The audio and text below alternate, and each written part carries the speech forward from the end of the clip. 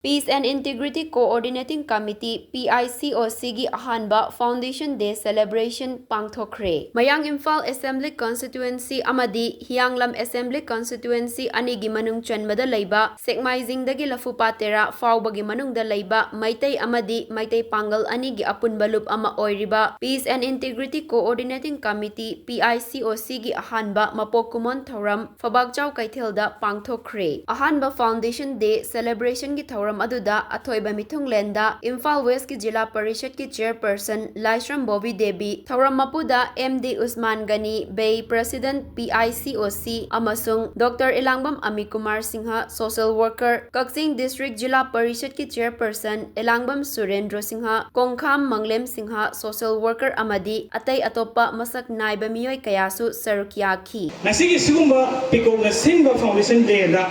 haiba panbiramiba upliftment of education sector ana thambirami sida ne nasigi thoram sida hena amuk hena mapung phawa hena ohen ningba se suma education sector aiba sidi akoi haurakiba na sing sine lairiba ngasigi tiliba sing sida di odugi akoi education sector gi ba kana wangang uraga sukana lairoida aduna sigumba gi organization sida ida laikai lamdam sonda leiba mahiroi sing hauraiba sing se kharaga hena aikoina baton tobi dana akoibu yauhan biramagadi thorum se hena mapung phagani naina hanjai loina na eradication of drugs nasigi khunai se tunglum na salai se karigino haibase aikoina naina ruba kanda drugs na maram oira kanda aikoi se nasidi tin sangla badu bo khunai ma oire haiba wakhalondo